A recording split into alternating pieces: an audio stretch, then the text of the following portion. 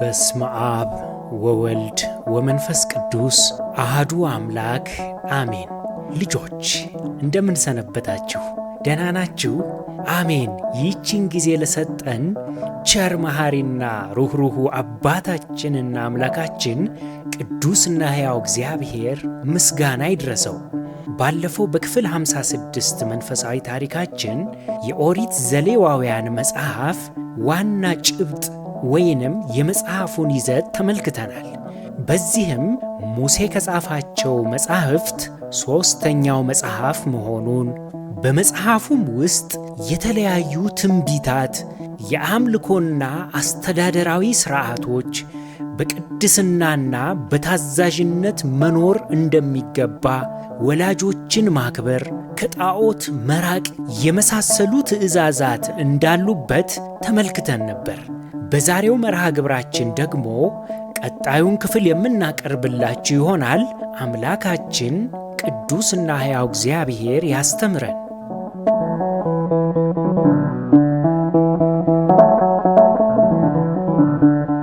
በስመ አብ ወወልድ ወመንፈስ ቅዱስ አሐዱ አምላክ አሜን። እግዚአብሔር ታላቁን ቤተሰብ ማደራጀቱ። ኦሪት ዘኍልቍ ምዕራፍ 1 እስከ ምዕራፍ 10። ልጆች በዛሬው መንፈሳዊ ታሪካችን የኦሪት ዘኍልቍ መጽሐፍን ከምዕራፍ 1 እስከ ምዕራፍ 10 ያለውን ታሪክ፣ የመጽሐፉን ዓላማና ዋና ዋና የታሪኩን ጭብጥ የምንመለከት ይሆናል። ኦሪት ዘኍልቍ አራተኛው የሙሴ መጽሐፍ ሲሆን ዘኍልቍ ማለት ቁጥር ወይም መቆጠር የሚል ትርጓሜ አለው። ምክንያቱም ከ20 ዓመት በላይ የሆኑ ወንዶች ሁሉ በየነገድ አባቶቻቸው በዚህ መጽሐፍ በመቆጠራቸው ነው።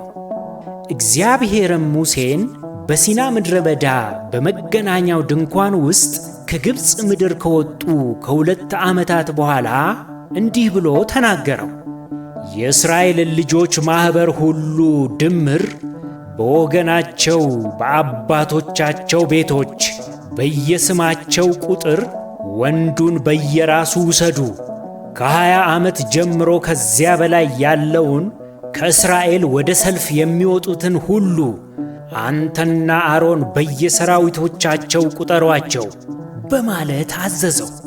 እግዚአብሔር ሕዝቡ እንዲቆጠር ያደረገው ቁጥራቸውን ስለማያውቀው ሳይሆን እያንዳንዱ ቤተሰብ በአባወራው የሚጠራ ነውና ሁሉ በእርሱ ዘንድ መታሰቡን እያንዳንዳችንን የሚያውቀን መሆኑን ሲገልጥ ነው።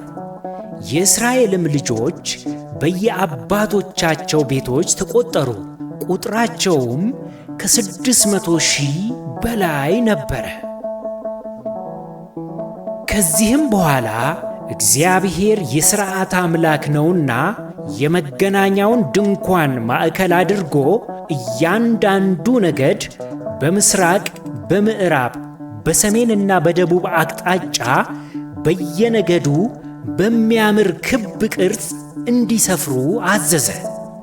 ይህም የሆነበት ምክንያት አንድም እርሱን ማዕከል ማድረግ እንዳለባቸው ሊያስረዳ ሲሆን፣ አንድም ደግሞ ጉዞአቸው ግርግርና ትርምስ የሌለበት በሥርዓት በየራሳቸው ነገድና ቤተሰብ ይጓዙ ዘንድ ነበር። ልጆች እስኪ ያስቡት፣ እንዲህ ያለ ሥርዓት እግዚአብሔር ባያበጅላቸው ኖሮ ከ600,000 በላይ አባወራ ቤተሰቦቹ ሳይቆጠሩ በሚያደርጉት ረጅም ጉዞ የሚፈጠረው ትርምስና ድብልቅልቅ፣ በተለይ ሕፃናት ያሉበት ጉዞ በመሆኑ ልጄ ጠፋብኝ፣ ልጄን አያችሁት? ኧረ ጉድ ሆንኩ፣ ልጄን ያያችሁ? አንዱ በዚህ በኩል አየሁት ሲል ወደዚያ፣ ኧረ ከነንትና ልጆች ጋር ሲጫወት ነበር ሲባል ወደዚህ። ጉዞ ሳይሆን ትርምስና ቀውስ ይሆን ነበር። ችግሩ ደግሞ ያሉት ቋሚ ሰፈር ውስጥ አይደለም። በጉዞ ላይ በመሆናቸው ተንቀሳቃሽ ድንኳን እየተከሉና እየነቀሉ ነው የሚሄዱት። ስለዚህ ሌላው ቀርቶ ይሄንን ለማቀናጀት ራሱን የቻለ ችግር ነበር የሚሆንባቸው። እግዚአብሔር እንዲህ ያለ አሰፋፈር ሥርዓት ባይሰጣቸው ኖሮ።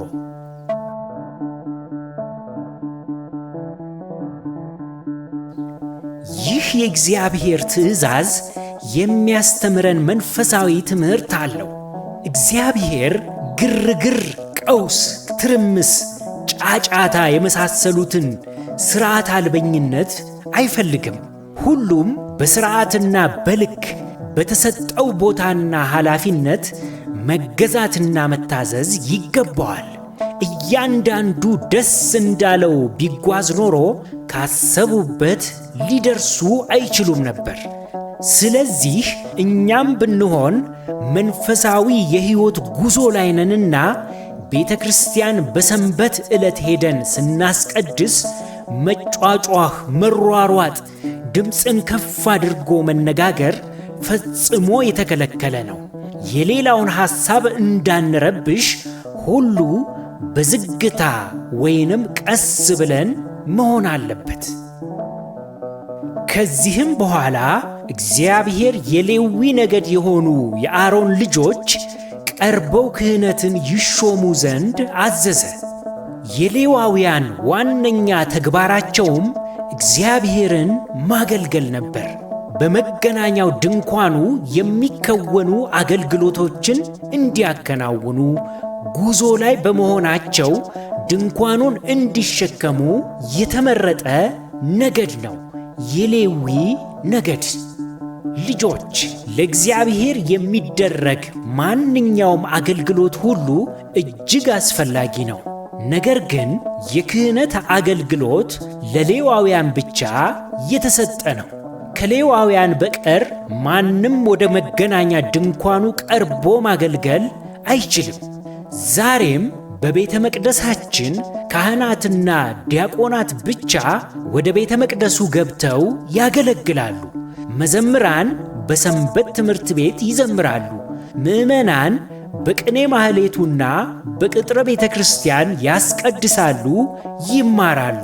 ሁሉም በተሰጠው ቦታ እግዚአብሔርን ያገለግላል ማለት ነው።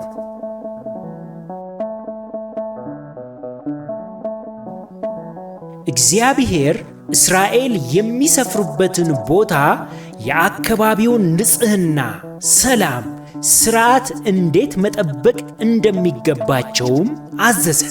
እርስ በእርሳቸው መጣላት፣ ጠብና ክርክር፣ በደልና ኃጢአትን መስራት፣ መጥፎ ተግባራትን በሙሉ እንዲያርቁ አስጠነቀቃቸው።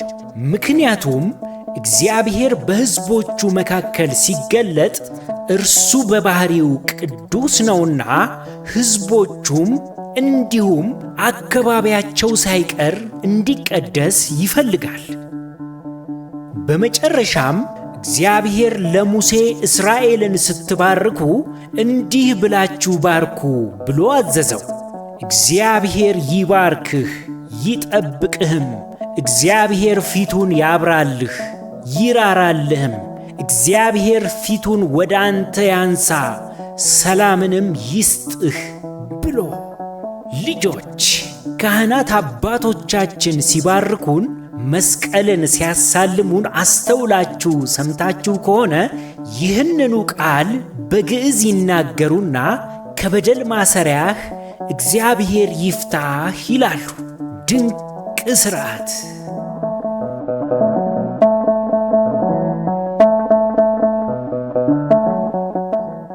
ልጆች፣ ኦሪት ዘኍልቍ መጽሐፍ ከምዕራፍ 1 እስከ ምዕራፍ 10 ዋና ዋና ሐሳቦቹን ተመልክተናል። ድንቅ ነው አይደል?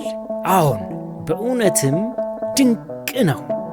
አሁን ደግሞ ከትምህርታችን ውስጥ ጥያቄዎችን እንጠይቃችሁ፣ በጥያቄዎቹም ላይ ተወያዩባቸው። ወላጆችም እባካችሁ ለልጆቹ ጥያቄዎቹን በማብራራት እርዷቸው። የመጀመሪያው ጥያቄ፣ ዛሬ የተማርነው መጽሐፍ የምን መጽሐፍ ይባላል? ትርጉሙስ ምን ማለት ነው? ሙሴ ከጻፋቸው መጽሐፍት መካከል ስንተኛው መጽሐፍ ነው? የተቆጠረው የእስራኤል ሕዝቦች ቁጥር ስንት ነው? እግዚአብሔር ሕዝቡ እንዴት እንዲሰፍሩ አዘዘ? ለምን? እግዚአብሔርን እንዲያገለግል የተመረጠው የማን ነገድ ነው? ከዚህ ታሪክ ምን ተማራችሁ? ልጆች፣ ከዚህ ታሪክ የምንማረው ትልቁ ትምህርት እግዚአብሔር የሥርዓት አምላክ መሆኑን ነው። ትርምስ፣ ግርግር፣ ጫጫታን አይፈልግም። ሕዝቦቹ በቅድስና፣ በንጽሕና፣ በሥርዓት እርስ በእርሳቸው በመዋደድና በመተሳሰብ ረጅሙን የሕይወት ጉዞ እንዲጓዙለት ይፈልጋል። እኛም ብንሆን የትም ቦታ ስንሆን በቤታችን፣ በትምህርት ቤት፣ በቤተ ክርስቲያንና በመሳሰሉት ቦታ ሁሉ አስፈላጊውን ሥርዓት ማክበር እንደሚገባን ይህ ታሪክ ያስተምረናል ማለት ነው። የዛሬው መርሃ ግብራችን ይህንን ይመስል ነበር። ያስተማረን የመከረን የአባቶቻችን የቅዱሳን አምላክ የእኛም አምላክ ብሩክና ቅዱስ ሕያው እግዚአብሔር ምስጋና ይድረሰው። የእግዚአብሔር ቸርነት፣ የእመቤታችን የቅድስት ድንግል ማርያም ማላጅነት፣ የጻድቃን የቅዱሳን ሁሉ ተራዳይነታቸው አይለየን። ወስብሐት ለእግዚአብሔር።